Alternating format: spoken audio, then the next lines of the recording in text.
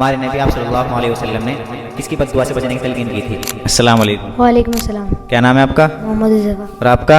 मोहम्मद अली। अच्छा, मोहम्मद अली। उज़ैफ़ा भाई ये बताओ, हमारे नबी आप सल्लल्लाहु अलैहि वसल्लम ने किसकी बद्दुआ से बचने की तलकीन की थी? शैतान की। नहीं, शैतान की नहीं।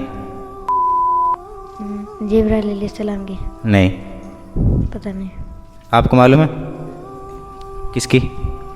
उस्ताद की। नहीं, उस्ताद की नहीं। फरिश्ते की। नहीं, फरिश्ते की भी नहीं। हज़रत ईसा अलैहिस्सलाम की। नहीं। पता नहीं। शैतान की। नहीं, शैतान की नहीं।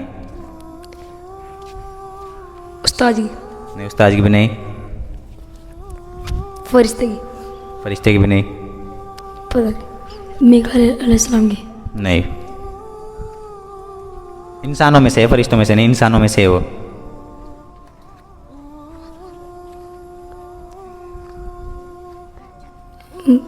बाउलों की।